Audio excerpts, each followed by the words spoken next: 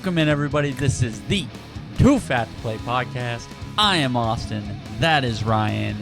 It is now post-week 2, but we are still brought to you by our good friends, our great friends, by one of the better places to go have a beer in all of Southeast Kansas. Talking about our good friends, Sticks Golf Lounge. There it is. Humboldt, Kansas. Little town feel, but you can golf anywhere you want. Go in, have a swing, have a swig, tell them we sent you. Week 2 was bullshit. Absolutely. What the hell? What the fuck happened? As a scriptwriter, you should really be doing a better job of containing your confusion. Obviously, they didn't fucking take my script into account. What, the fucking Lions, the Eagles on Monday night are going to lose to the Falcons? Yeah, because I had that fucking scripted up. The Raiders are going to beat the Ravens? In a phenomenal game. Derek Carr's through 2 weeks the MVP of the season? No shit. They are not taking my ideas into consideration this year. Oh. You must have got kicked off the Writers Guild or something. Fuck. Apparently they're still striking it. I just didn't know. Let's start on Thursday. Oh, I forgot about Thursday. Yeah. Let's just get into it. The first elephant in the room, Tua. I hate the fact that we've had this conversation before. I hate the fact that we're having this conversation again. I hate the fact we've had it on this podcast and we're only in season 3. I hate that we've had it twice on this podcast and we're only in season 3. Man, the bad part is you can't blame anybody but Tua here. When you're in that position, you have to know where you're at on the field because clearly he did fucking not. And he goes headfirst into Hamlin's chest. I don't want to go down this road again. We've done this before. But man, like, we had this conversation Saturday.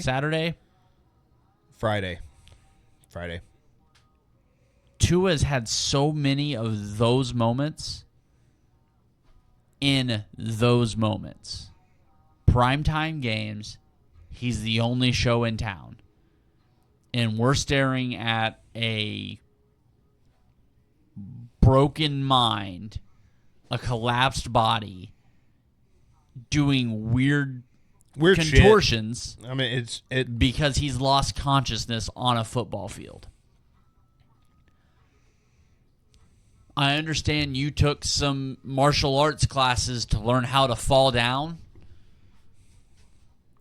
Hey, man, there's no shame in saying maybe you're not built for the NFL. 99% of the population isn't.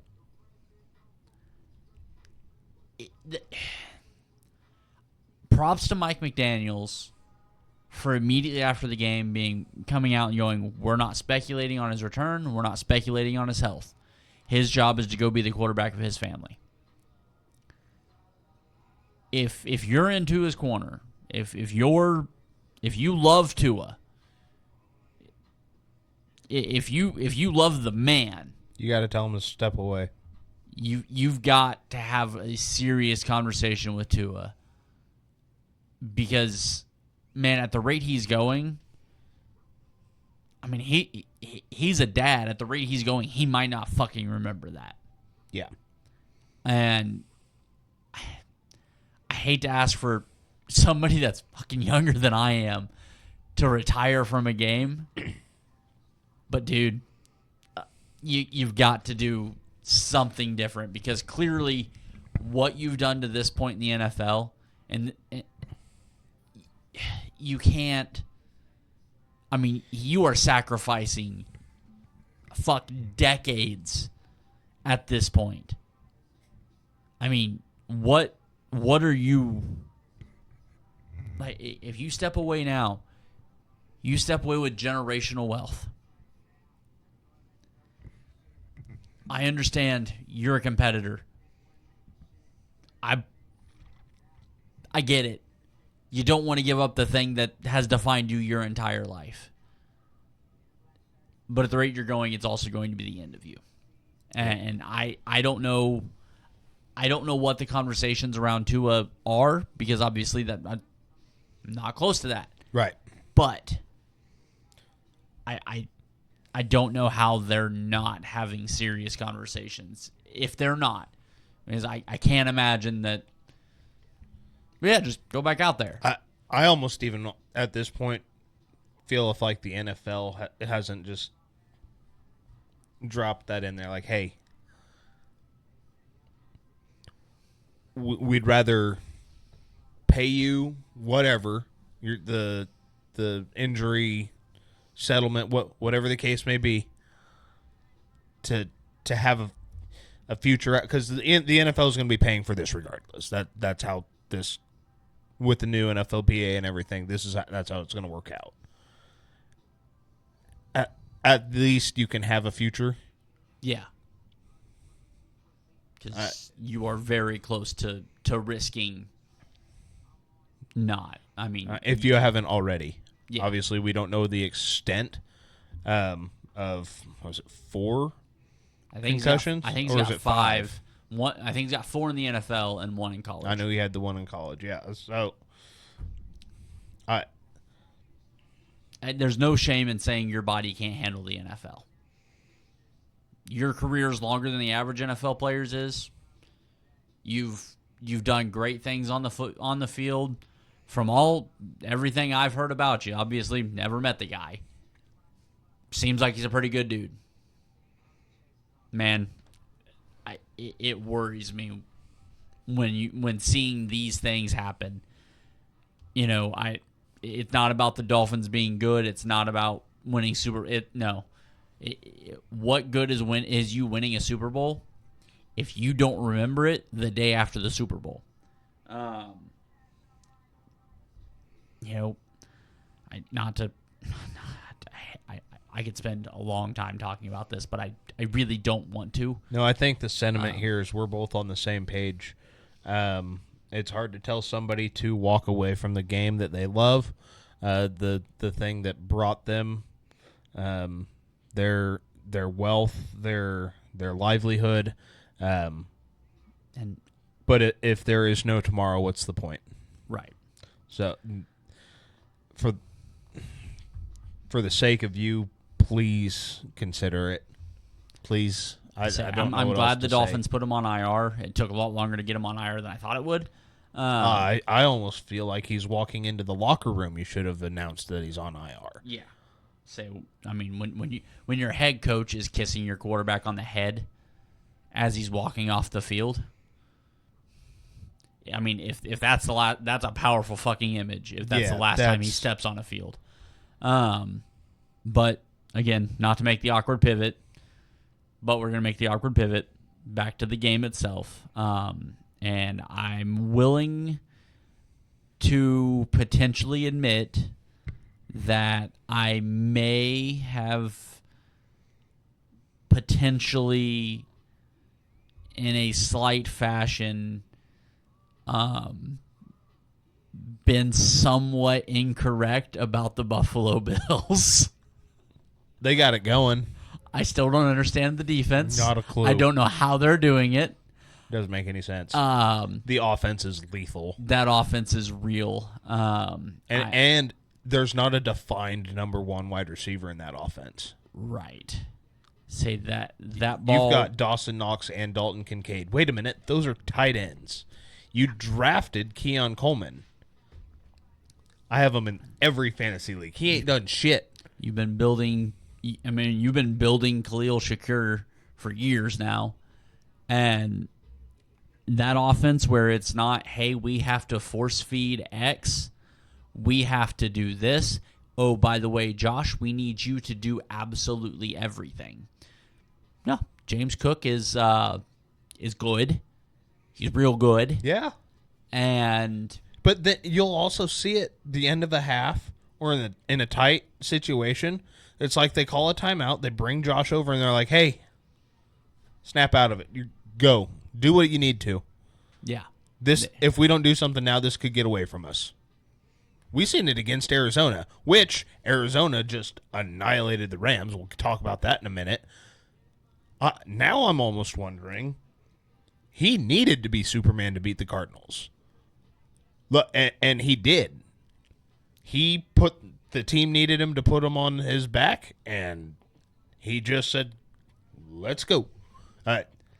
That team's scary in the AFC right now. If they've done this before where they've always done it in a position of being the team to beat or being one of very few people, Kyle Brandt excluded, had the Bills making a deep run into the playoffs, let alone making the playoffs. Like who? I don't know. I couldn't look at anybody else in this room and find a single person that ever said that once. So, the fact that they've reeled it in and it's just smart football at this point. Sean McDermott is saving his job because if they were 0-2 right now, I don't remember if you recall how I was with the Chargers the last 2 seasons.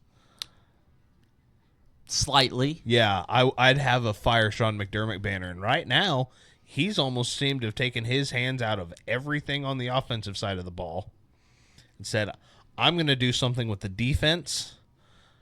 And I don't know who those guys are. I don't understand that defense. Good on you. I don't. To be what that defense has been this far. Granted, Arizona looked like they were out of sync week 1.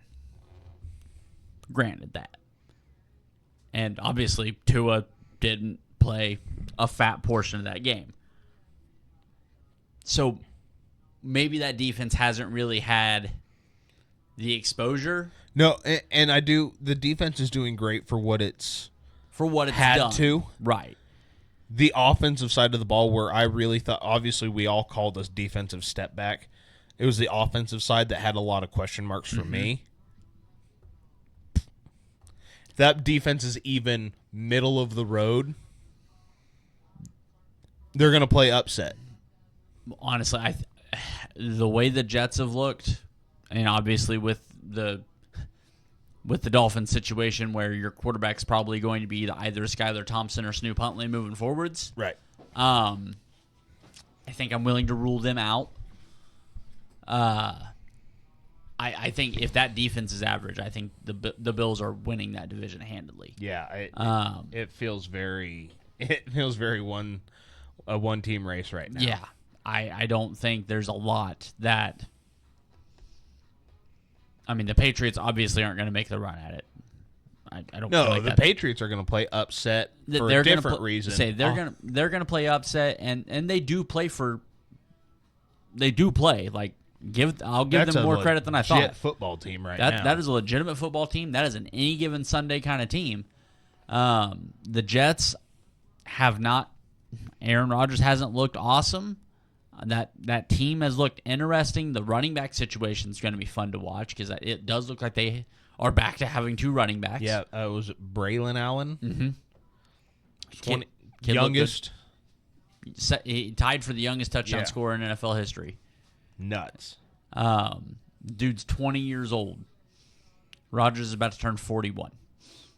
Yeah. Rodgers was in his sophomore season at Cal when his running back was born.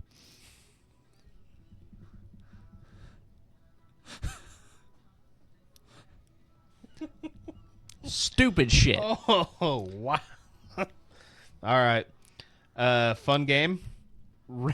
Raiders Ravens. Did you have What that the down? fuck? For game of the week? Oh my god. No. I didn't even have that one on my TV.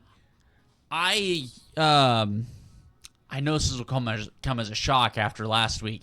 I didn't think the Raiders were going to be competitive. Devontae and Gardner Minshew got rolling. And I mean, I know I eliminated the Ravens from Super Bowl contention last week. Oh yeah, no, they're out. But I mean, they're going to win the division. They're 2 games back right now to the Steelers.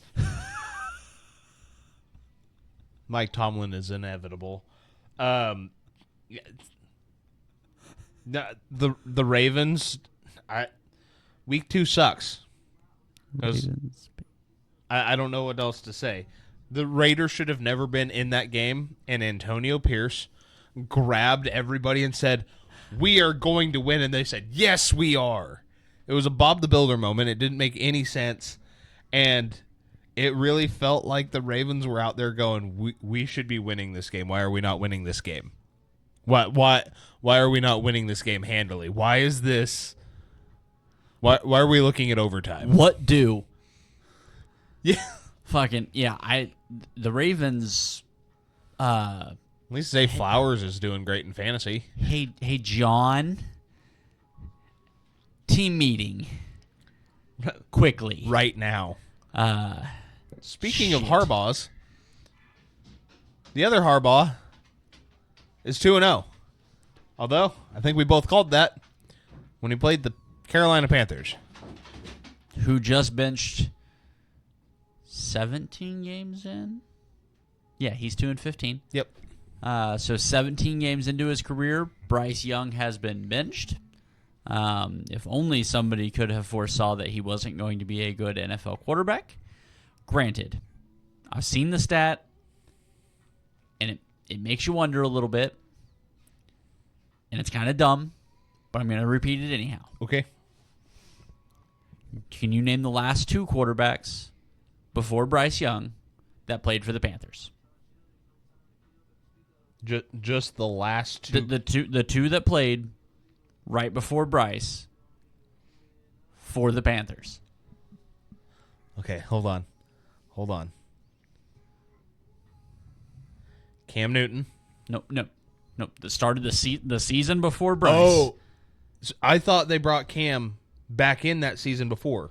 Did they not? I think that was the season before that. Okay. Sam Darnold, Baker Mayfield. Correct. Those were my 3 guesses. Yeah. Since leaving the Panthers, Baker Mayfield and Sam Darnold are a combined 46 touchdowns to 14 interceptions. On the Panthers, they combined for 22 touchdowns and 19 interceptions. I'm not saying Bryce isn't the problem. But you're saying he has less help than Caleb Williams? I'm saying that might be the worst possible situation any player has ever been put in. Yeah, I mean, it doesn't help when you're shorter than Kyler. And it doesn't help when you're Xavier Worthy, but shorter, playing quarterback. Dude's 5'9", 180 pounds. I'm really shocked he didn't make it as an NFL quarterback. Yeah. I do think it's going to be interesting to see what happens because somebody's going to be like, I can fix him. Yeah. Like, that's how you're a first-round quarterback. Somebody traded for Mac Jones. Yeah, how are they doing? We haven't got there yet. But, no, I think we've seen the end of Bryce in Carolina, which Bryce is probably happy about. Oh, he should be ecstatic. Like I understand he's upset because he lost his job and he's about to take a significant pay cut in life. Granted, rookie contract's guaranteed, and he's only, a year and 2 weeks into it. You think he'll get moved before the deadline? I doubt it. Because, quite frankly, if I ask you right now, point blank, give me a team that's going to trade for him. Cleveland. I honestly don't think Cleveland can fit another quarterback in that fucking... With his size, I think they can. I was just talking about the cap. Tennessee. You want to put that behind that offensive line in Tennessee? You can't throw any worse picks. I mean, it's probably fairly comparable, to be quite honest. The Giants. I'm not saying these are good fits, or if I was Bryce, that I'd accept any of these trades. I'm just telling you where he could go. Chicago. That's a jab. I don't give a fuck. I mean, honestly, the only team I can think would actually even entertain the idea of it would probably be Miami. Yeah, actually, I like that fit. You're I actually like that fit. I mean, I'm not saying I'm that. going to go ahead and say I don't, for the simple fact that Bryce is what's supposed to fit. I think that's the best possible option. Like dream scenario for Bryce has to be like they traded me for a 7th round pick swap and I get to go to Miami. Like fucking great. Because I mean, Bryce's big hits coming out of the college where he's accurate and he gets rid of the ball. Granted, the two things he hasn't done in the NFL are get rid of the ball or be accurate. But You give him Tyreek Hill, maybe he will. yeah, you put some. Granted, Adam Thielen and Deontay Johnson were wide open the entire fucking game. Isn't he used to throwing to Jalen Waddle? Yeah. Whenever he's got 5 NFL starting linemen in front of him. He does. Oh, you mean not against? Actual starting linemen. Not starting due to situation, starting due to being starting offensive linemen. Not starting because there's 32 teams. Yeah. And it's not Alabama. Yeah, exactly. The only team that I could potentially see trying to make that move, and I think if they look around the league, they go, nah, we'll trade for fucking Carson Wentz. Yeah, dude, the Panthers are... Has a team ever traded for the number 1 overall pick and then earned the number 1 overall pick the following 2 years? And I'll answer that question, and it's no, because nobody's ever had the number 1 overall pick 3 years in a row. Granted. Yet. Yeah. And Boy. Andy Dalton's getting ready to start. Can we talk about the next one? I want to talk about the next one. The next one was really fun. I want to talk about the next one. Did something happen in that one? The city of Dallas cried, and you could hear it. Did you see the meme? Uh-uh. So some Cowboys fan got arrested at the game, and the meme came out as punishment. They're making him watch the entire second half. Oh, my God. Of all the surprising losses this week, the amount to which Dallas got fucking smoked by has to be the biggest loss of the weekend, right? Week 1, we were all like, They hung 47 on Carolina. Whoopee. And then Rashid Shaheed is going 70 fucking yards to the crib, took that shit to the apartments, and we're going, oh, they fucking did that again. Yeah. Yeah, that was very fun to watch. That was a bright spot in a dull weekend.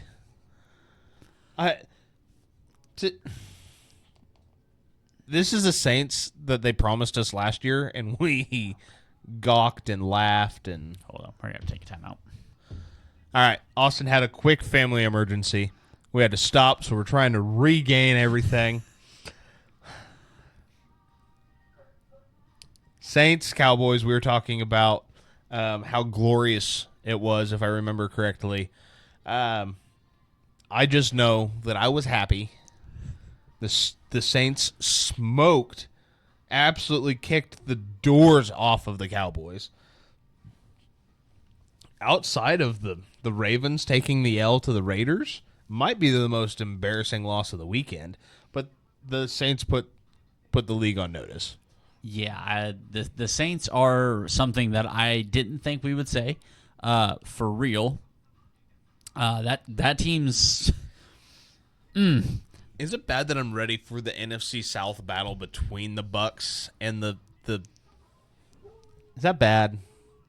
At no point was I calling this to be the showdown.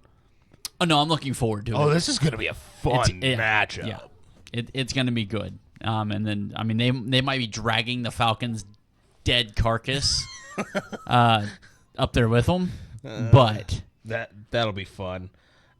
Speaking of the Bucks take down the Lions in another. I said it a bunch last week. Game of the week, possible game of the week, maybe a game of the week. Look at this one would be game of the week. I was about half right on some of those, but I think I had the total number of game of the weeks. I think I hit the under. Because that was a damn good football. Aiden Hutchinson was out there throwing men. 4.5 sacks, and that's still not enough to get the win. the Lions got out grittied. Yeah. Like It was weird. Jared Goff played a big part in that with his turnovers. yeah. But, I mean, Jahmyr Gibbs was head down running over dudes. And then you turn around and White was out there head down running over dudes. And then the Lions defense looked way better than the Bucks. It's just the Bucks didn't allow the Lions to score, and it was definitely a game for one of the small TVs off to the side while I drank copious amounts of alcohol to watch my team lose. That's weird. I didn't even know you liked alcohol.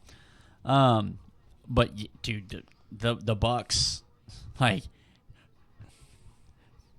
the NFC South has two 2-0 teams, Yeah. and both of those teams, you're going, no, they could could be problems. That could be a divisional round. Like, you don't want to skip film week. Divisional round playoffs. Yeah, either of those teams could be really fun to watch. I mean, if the Saints can hold this thing together the way and keep producing the way, obviously, I don't think you're going to be putting up 91 points every 2 weeks. Also, I did see the stat. There's only been 2 teams score over 90 points total their first 2 weeks. Don't say it. It's the 79 Cowboys, who scored 91, and was Breeze a Super Bowl in 06? That 06, 07? I think so.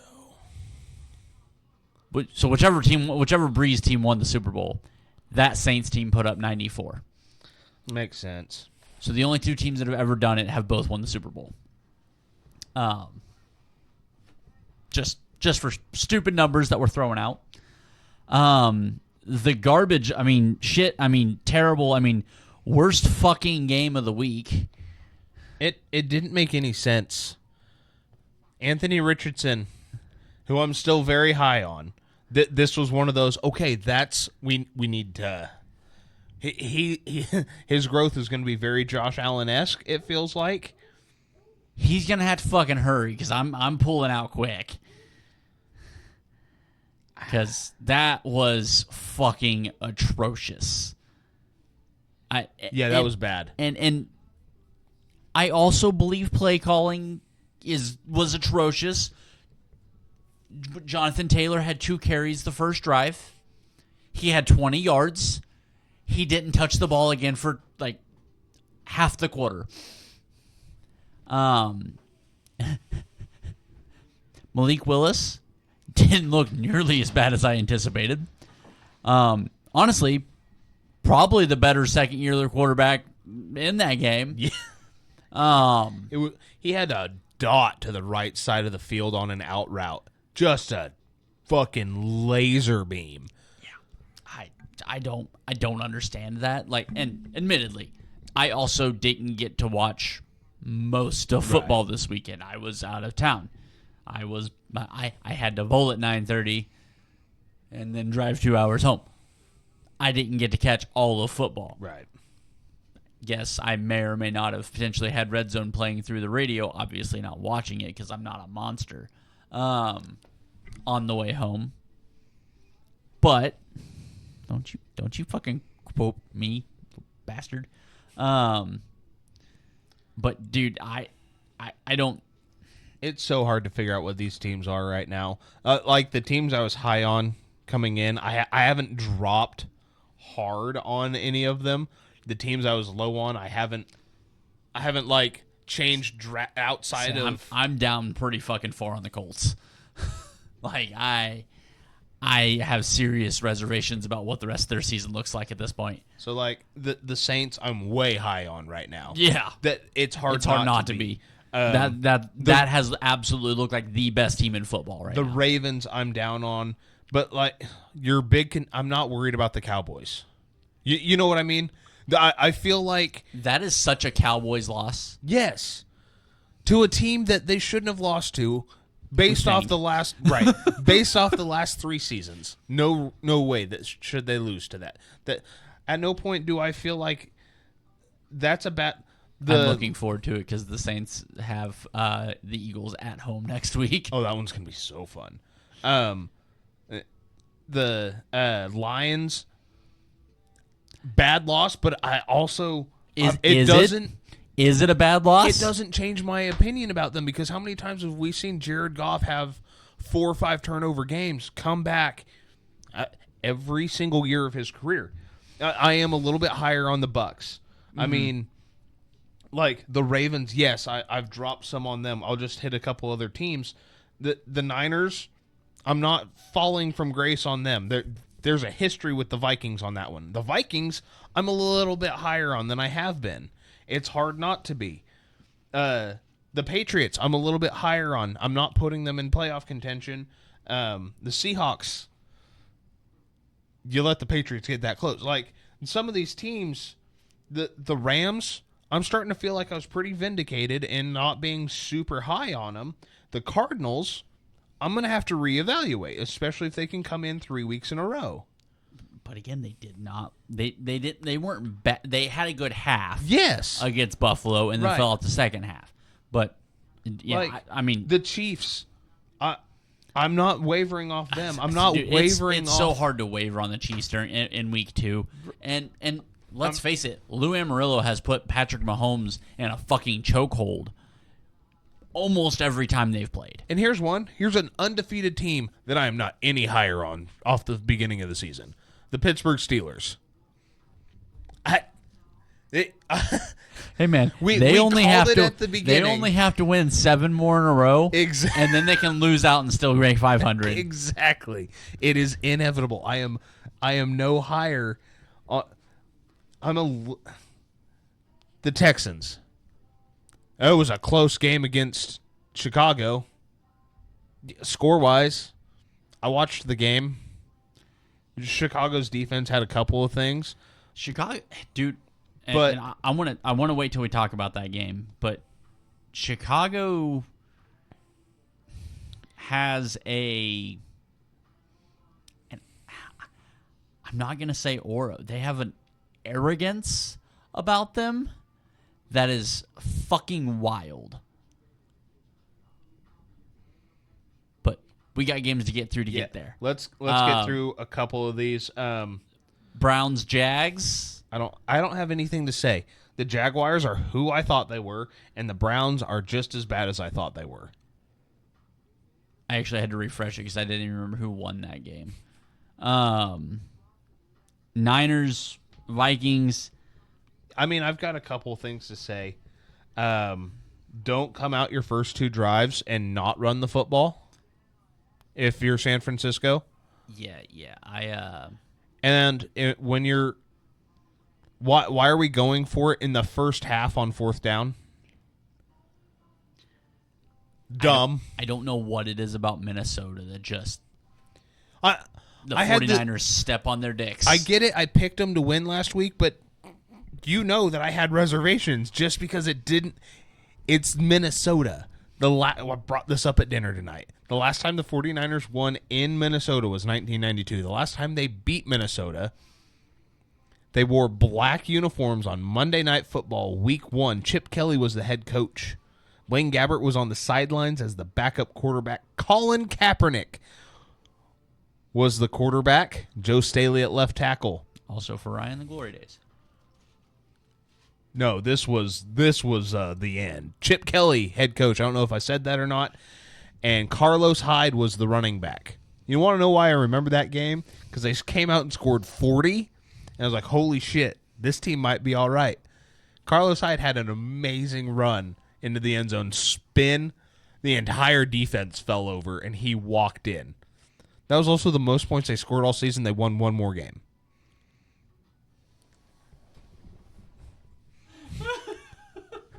Like,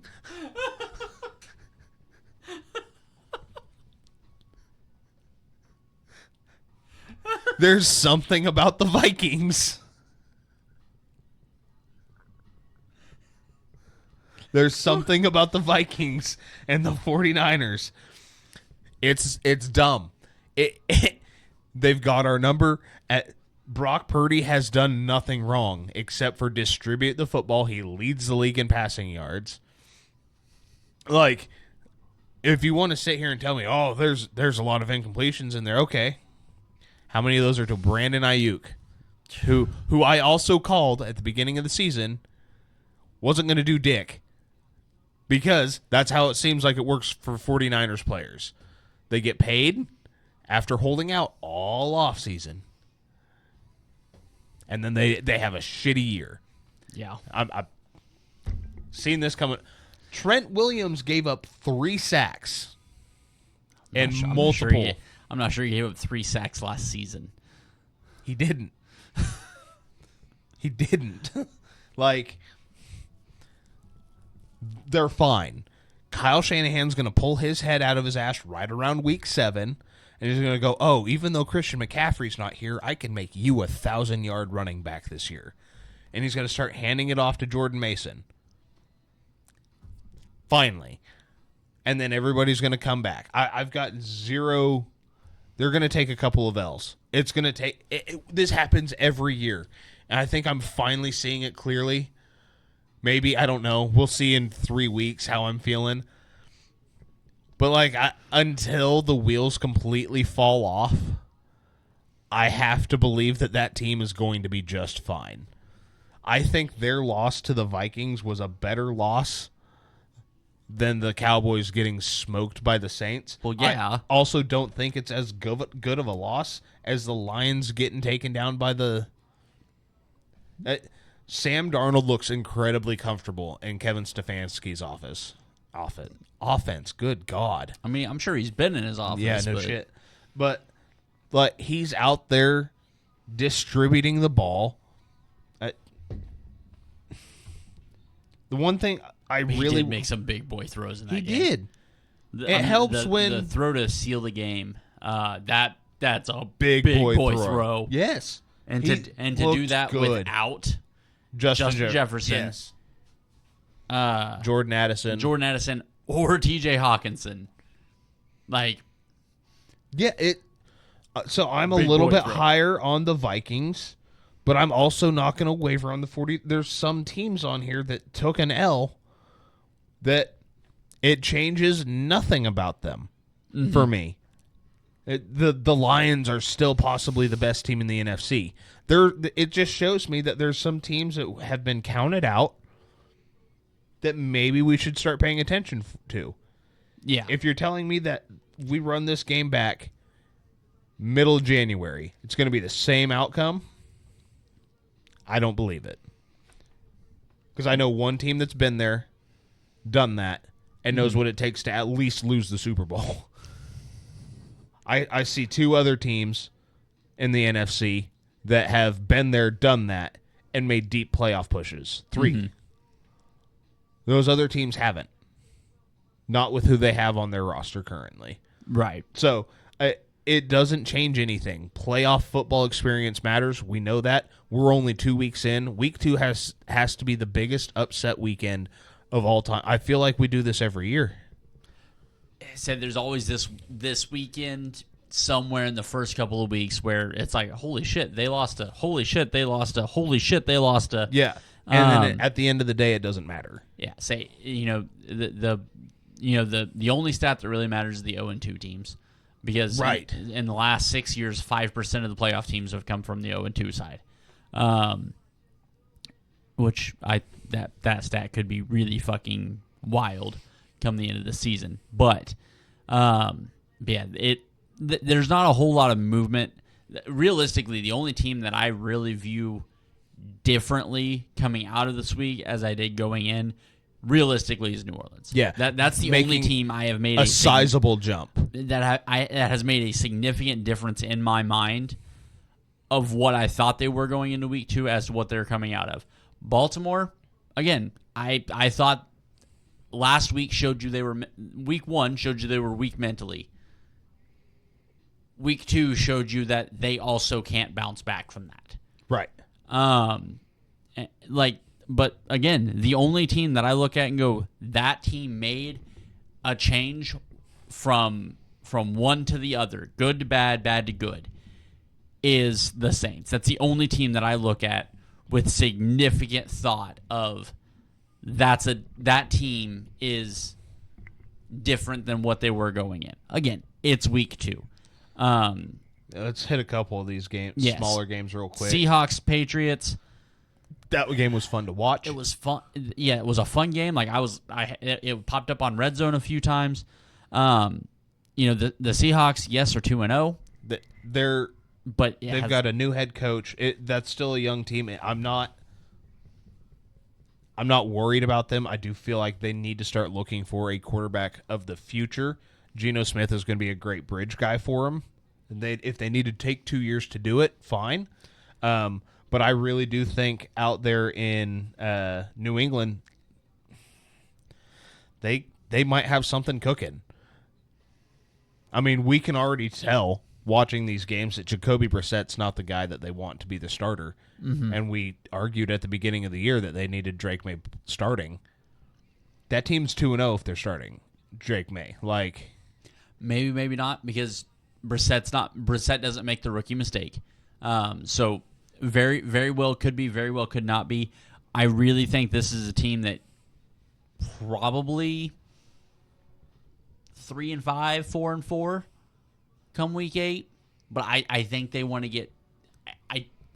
They're going to hover around 500.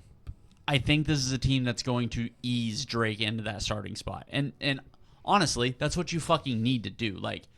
The thought that I'm going to bring a first-round quarterback into the league and he's going to be the best player in the league week 1, it just doesn't happen. If you can give these guys a chance to watch and learn, we need to get back to understanding that it takes a little bit of time to develop a quarterback. Exactly. Yeah.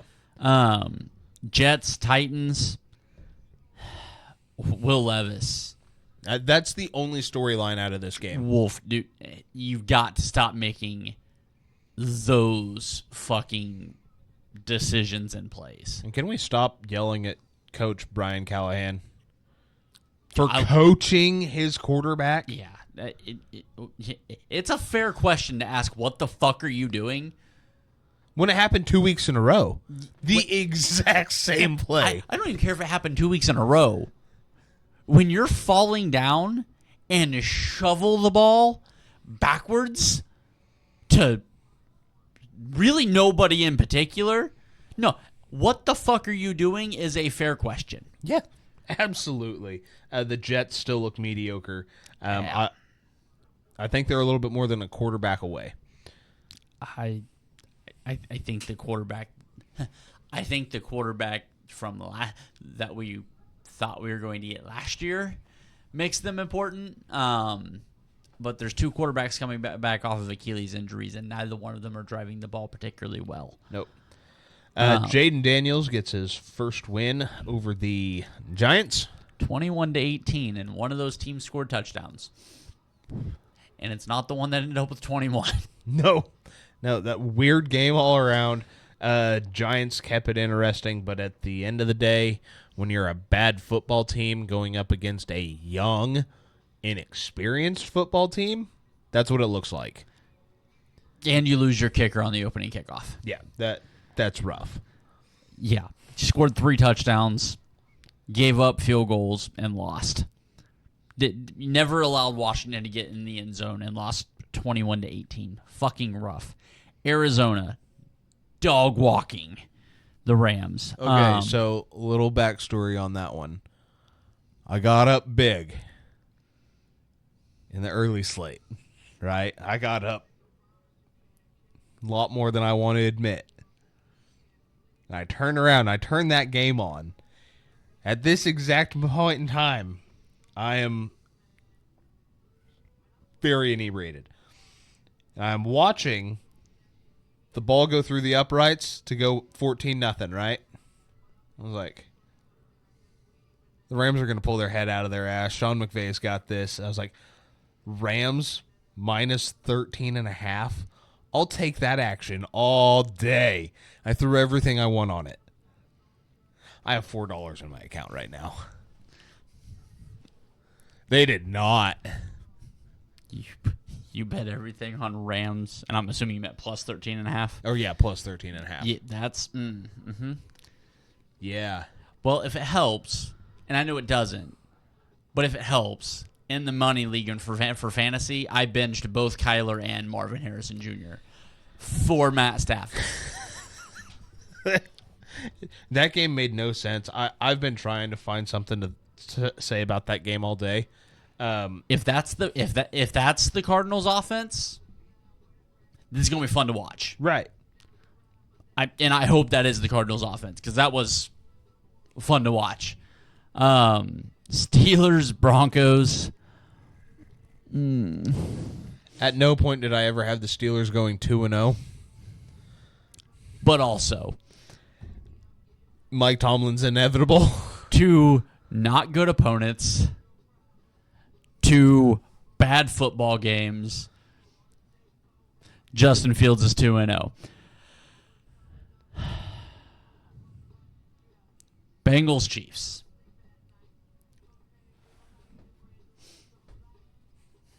I hate this. I hate this. Why do they always have to take it down to the last second to just... Dude, these two teams are like... I mean, they have played 5 games between Joe Burrow and Patrick Mahomes.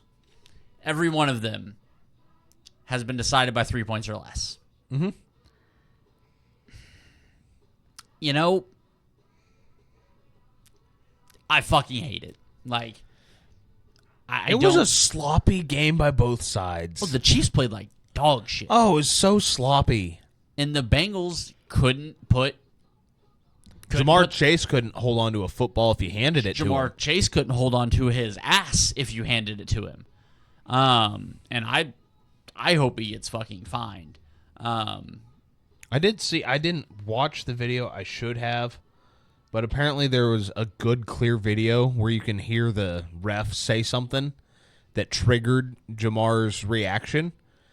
Didn't watch it because I hadn't seen that.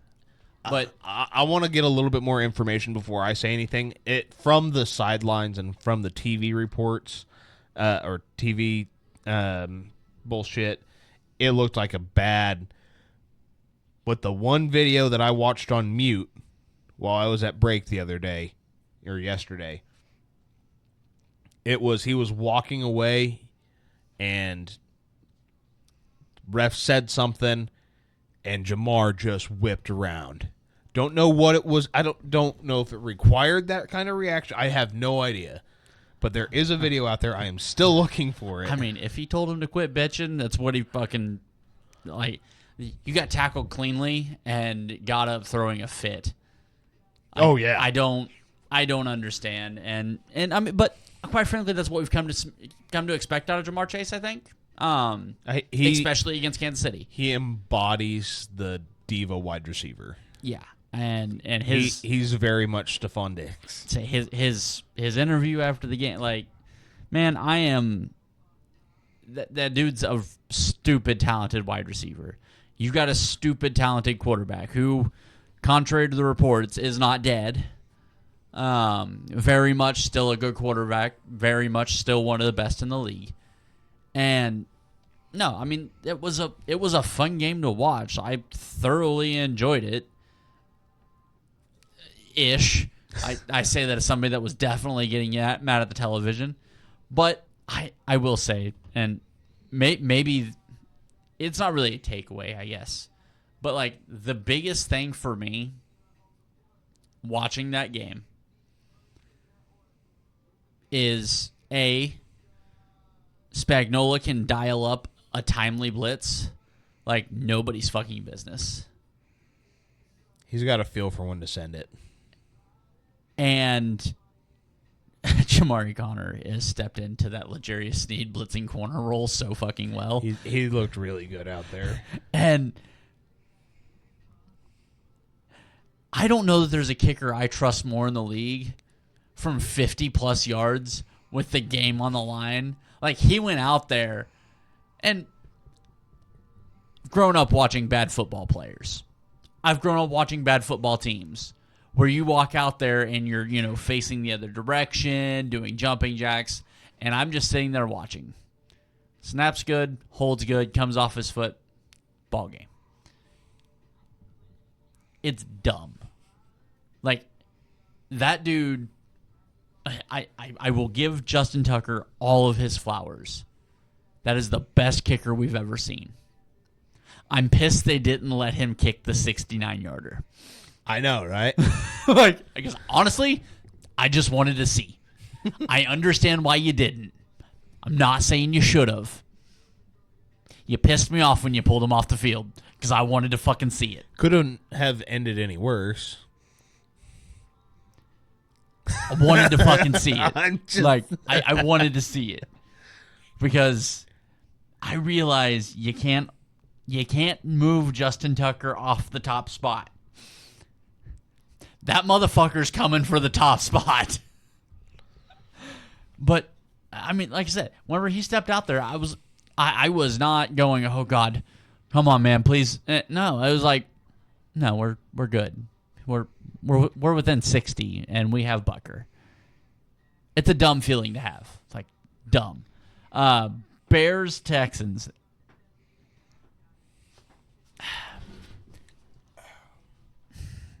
The Bears put up a better fight than I thought.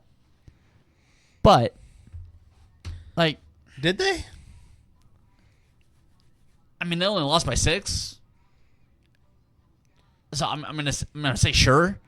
The offense still doesn't look good, which didn't expect them to this week.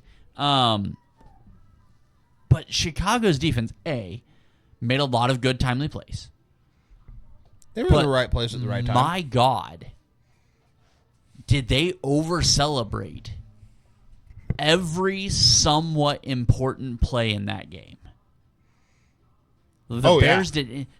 I don't know how many times I don't know what Brisker was doing. Like, he was doing this wave thing constantly towards the bench, towards guys I was like,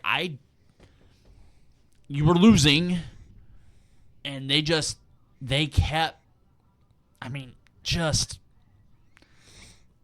unearned arrogance. I don't get it. I don't know. The Bears have a decent defense right now. It's a legit defense. It's not enough to overcome what their offense does. And I'm sorry, but if you're still on the losing team and you're out there celebrating every single stop that you get and your offense can't, go out there and win it for them. If that's who you are, go out there and win it for them. But you just showed us that you're not. Yeah. When was, like, early in the game, you'll see the Niners defense, the Cowboys defense, the Texans defense. They'll celebrate. When it gets to crunch time and they're down, unless they've done something to change the outcome of a game, i.e. intercept Patrick Mahomes for the 4th fucking time it feels like in the goddamn Super Bowl, run it back. Yeah, obviously you don't do that anymore. Yeah, like Bengals did it twice. Yeah, no shit. Like, unless you're capable and have shown that you're capable, go out there and win the game. I got news for you, Chicago. You're not capable. Nor have you shown us that you are capable. Hey, they won week 1, man. Yeah, we also seen what Will Levis did the following week. So, well, yeah. At no point should you feel excited about that. And then Caleb, once again, looked like absolute dog shit. Yeah. That's it. I'm hearing nothing but excuses for Caleb Williams. He's got no offensive line. Nobody's out there catching the ball for him. This dude has more weapons, more help, more support out of Chicago than Justin Fields ever did, and all Justin Fields did was almost win some games. He put up some numbers. He ran for his life. He got the ball down the field. He's doing the same thing right now in Pittsburgh. He's running for his life. He's pushing the ball down the field. He's doing the exact same thing in Pittsburgh. But you know what? It feels like Pittsburgh respects and sees it and is like, hey, maybe we can build off this here. Mm-hmm. And I was told that building a team around a quarterback, because you drafted an offensive lineman, you went out in free agency and spent. It's told all offseason Caleb Williams is the next fucking Patrick Mahomes. I've seen Bryce Young out there playing for the goddamn Bears for 2 weeks. Hell, I'll even say that Bryce Young's put up bigger fights and losing efforts than Caleb has. It's been atrocious, and we're not calling it what it is. He's out. If you're going to yell at me that Anthony Richardson looks like shit, we forget that he got knocked out week 4 last year. So he has 4 more games than Caleb Wilson. Or Caleb Wilson, Jesus, fuck. I mean, he's playing like Zach, so fuck it. Caleb Williams. But maybe they're not right in Indianapolis, but everything's going to be just fine in Chicago. No. It's one and the same. No, I think Caleb Williams has displayed one talent that is far and away game-changing the NFL. He has 0 pocket presence. None Whatsoever. Like that, it's to me, that has been the biggest takeaway. It's been like the speed of the NFL guys coming off the edge and how quickly they'll collapse the center of the pocket.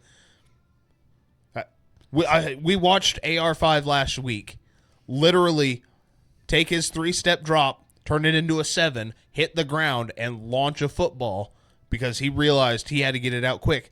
Caleb sees it, and he's like, I don't know what to do. I don't even know if he sees it. Like, I guess he feels it because he's getting fucking smacked. Caleb Williams is so lucky the rules are what they are because there were multiple hits that I watched him take. He had no idea that backside defensive end was hunting him. And like I don't know if you just when you let him run by, could you yell fucking Olay, please? Something. Yeah. Cuz he got smoked so many times. And for a guy that has the escapability that he's got, because he has displayed he does. And it's fucking incredible to watch. When he rolls like on a bootleg and he sees that defensive end getting ready to smoke him and he has a split second. But unless that guy taps him on the shoulder, he has no idea he's there. The instinct plays. The plays where you're like, oh, fuck, and just launch it to a wide receiver. Caleb Williams is awesome to watch. His highlights are fucking incredible. But he's not great at football. And like I said, his pocket presence has, if you're Chicago, you're going, hey, first, we need to get the ball out. Second, you can still stand. Good. Third, we need to get the ball out. It's horrible play calling, and the craziest thing for me is watching these wide receivers.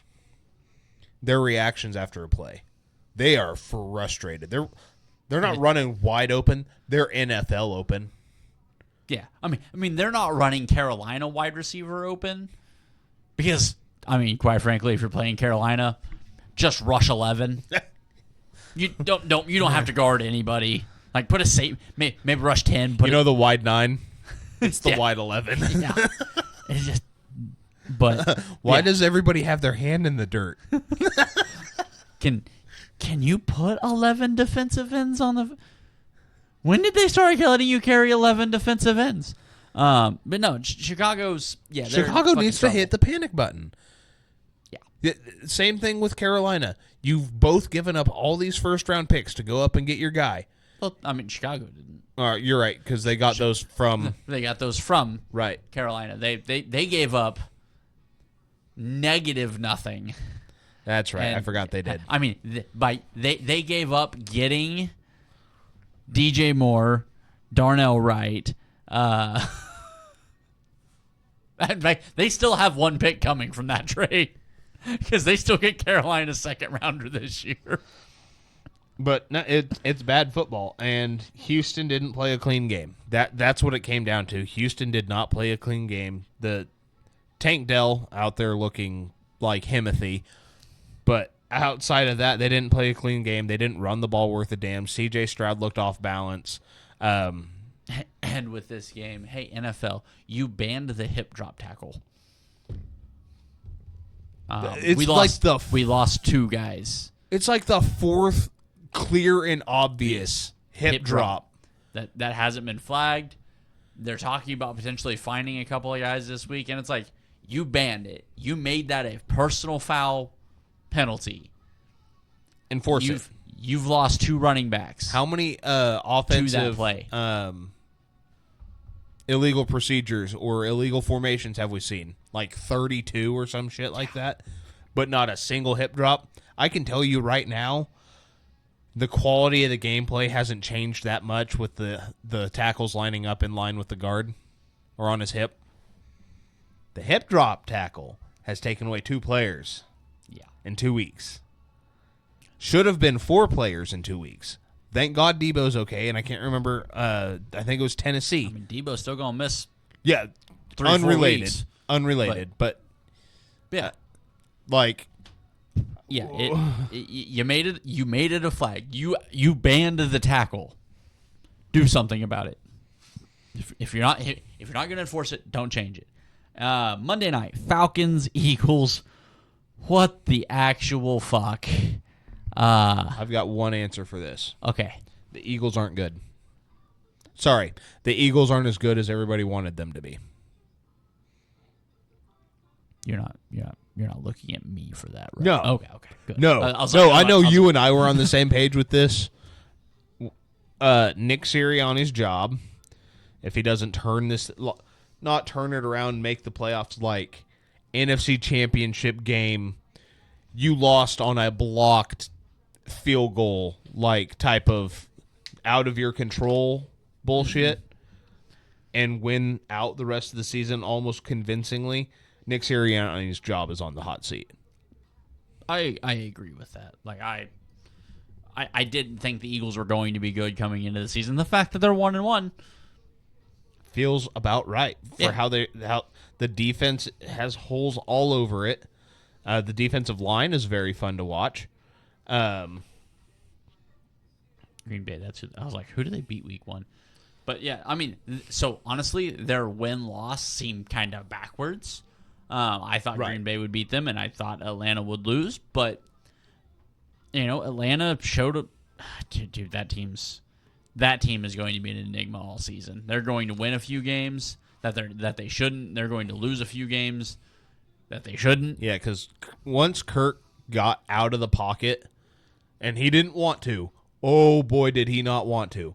But when he was forced out of the pocket and had to make a play, it was old Kirk Cousins. So the thing that kind of, and I hope maybe they capture it and pay attention to what happened, but whenever you let Kirk Cousins play football on that last drive because you didn't have time to do anything, Right. that looked like Kirk Cousins. Yeah. He was throwing darts when it mattered most. Which is weird because it was in prime time. I didn't put that together.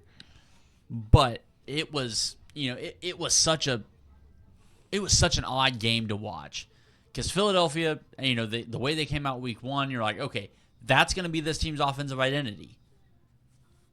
Yes, they're missing A.J. Brown. The run blocking didn't look as good. Saquon didn't look as good. Well, why are we swinging it out to Saquon? He has never been a pass-catching back. Yes and no. I mean, he's shown he's more than enough proficient at it. But in the same sense, maybe this is just fantasy football talking. When he gets you to the fucking half-yard line, let him run it in, bitch. God, I'm so fucking tired of the tush push. And it's not even because I hate the play. I hate that it's unstoppable. No. It's because when my fucking fantasy running back gets you to the goddamn half-yard line. It might be because of fantasy. Let your running back finish the goddamn drive. Like, it's so stupid. I hate it. But I love it too because, well, stop it. Like, also, I know it's football. Stop it. Your job is to stop the play. I wanted to bring up one more thing before we end the big show here. Fred Warner, he's out there. Dog. Yeah. Out here making plays. It's not a conversation people like to have because it's not the quarterback. But at what point do you start putting him into the greatest linebacker of all time talk? I mean, you're talking about a guy that the last 3 years, probably, definitively the best linebacker in football. Yeah, because there was his first and second year, it was Shaq Leonard, and then suddenly he's out of the league. Yeah, I mean, you say he's had, this is his 7th year? So he had a little bit of the Shaq Leonard, had a little bit on the back end of B-Wags. So I would say probably year 3, definitively the best linebacker in football. I mean, as far as athletic and coverage skills, it's hard to find anybody that's ever been better, I think. And I know the argument, well, he doesn't have a lot of sacks. He doesn't blitz. That's not what he's never been in a defense that has asked him to. He blitzes when they absolutely fucking need him to. And he gets the sack. I don't. Yeah. I think I've seen him blitz 5 times. I think he has 4 sacks off of those. I think the 5th one was Kyler Murray. And it's hard to tackle something when you're running full speed and it's running the opposite way through your legs. Yeah. Yeah, I think there's a legitimate argument to have. I mean, because I think if you're putting guys above him at this point, you're putting guys that are Patrick Willis, you're putting guys that are Ray Lewis, Brian Urlacher, Dick Butkus. You're putting the only guys above him are all world Hall of Famers. Like, those are the only names you can have the argument with. And he's only 7 years in. And we were having this conversation a little bit earlier. You brought it up to me that you wanted to talk about it. And I'm more than happy to talk about it. Because I think he's, right now, he's in the exact same space, the exact same situation, legacy, whatever, as a certain linebacker that played in Carolina. Because I genuinely believe, had Luke not retired, had Luke not stepped away. Because Luke had, 8 years? I think so. Patrick Willis had 8 years.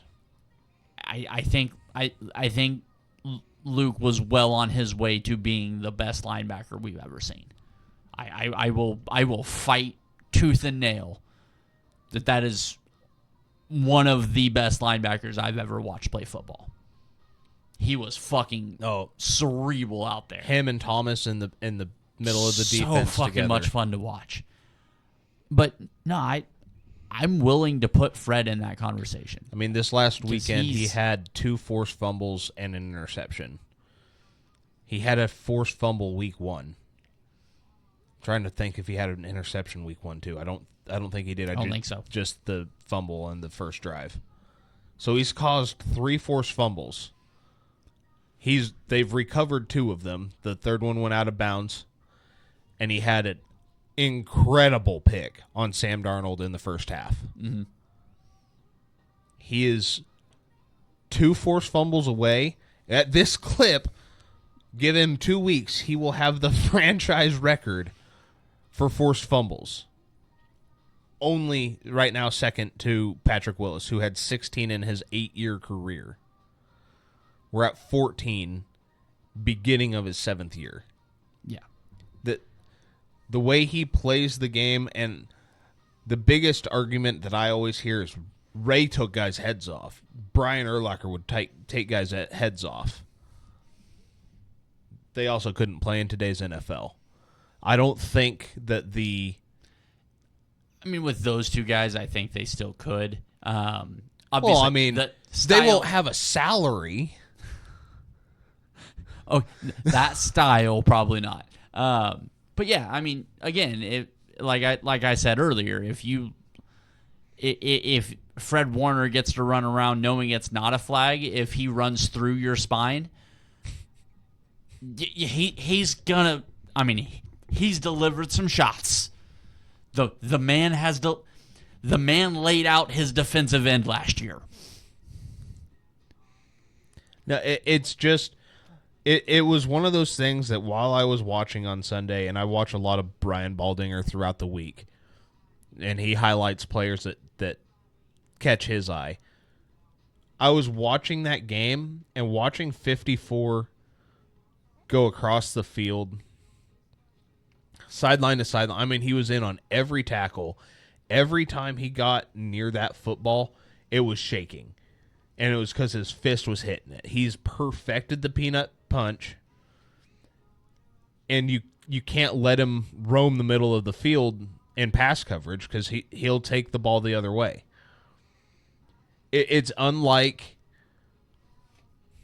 I'd say it's unlike anything we've ever seen, but you brought up Luke Kuechly just a minute ago. And my only argument with Luke Kuechly was, while Luke, great, he had the pass breakups, which is another stat that Fred's going in for with pass breakups. Which I thought Navarro Bowman would have that record in San Francisco, not Patrick Willis. It's Patrick Willis. I think he's 2 behind on that one, too. But the physicality in which he plays downhill, I think puts him above Luke. Luke did play downhill. He was more of a run stopper and a pass. I would say Luke was more of a field general. Okay, yeah, maybe that's what I'm trying to say. Whenever you think of a field general linebacker, that's probably more. He's calling it out, and he's not going to be the first one there. Fred's the first one there. Fred's calling it out. He's the first one there. He's the first one on the ball. Mm-hmm. As soon as he's able to sniff out run or pass, you got a half second to get it past him. Right. Cerebrally, I do believe Luke. The guy was telling people their plays. He's telling the offensive player what route they're running. Fred's not doing that, but his pre-snap identification, his post-snap adjustment, mm-hmm. it's unlike anything I've ever seen from the position, and he will straight up smoke a guy. That it's a different NFL that we're in. You can't take guys' heads off, even if that guy is Nick Bosa.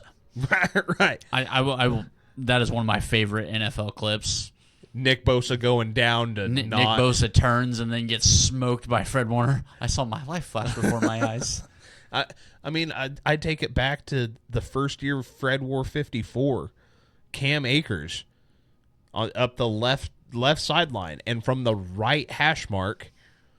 I don't know where he jumped in between there, but Cam Akers took a two plays off in L.A. It's not that he doesn't. When you're able to just break down the game and just my game was over. I'd seen it early. You know how I get on some of those, like, oh, that's how this is going to go. If they pull it out, they shouldn't have. Very early, I was like, oh, wow.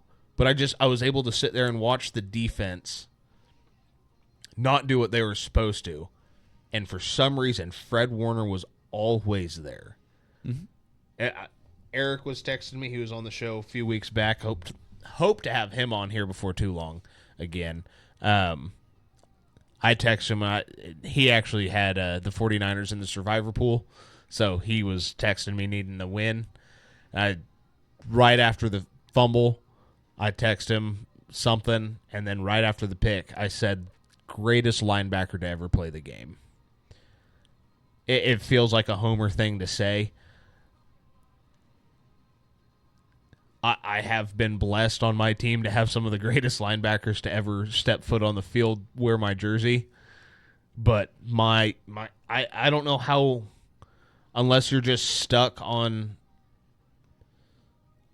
it being somebody else, which is your thing, I don't see how you can argue that it's not Fred Warner. Yeah. The guy plays, he is the quarterback on the defensive side of the ball. He's calling the plays, and the way he flies around the field, there's no doubt in my mind that he will go down as the greatest to ever play the position.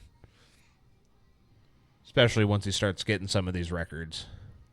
Yeah. You add a ring to it. If he gets to add a ring to it, I'd call it done. We watched Ray Lewis go out on top. I mean, yeah. So I love Fred, and I have nothing bad to say about Fred. No. Like if you're looking to get a heated art, like I have nothing bad to say about Fred, and that's. I was really hoping Eric would come on because I told him, I was like, hey, I'm bringing this up. If you got something else, I want to hear it. But he said Brian Urlacher. That's kind of why I brought up Urlacher.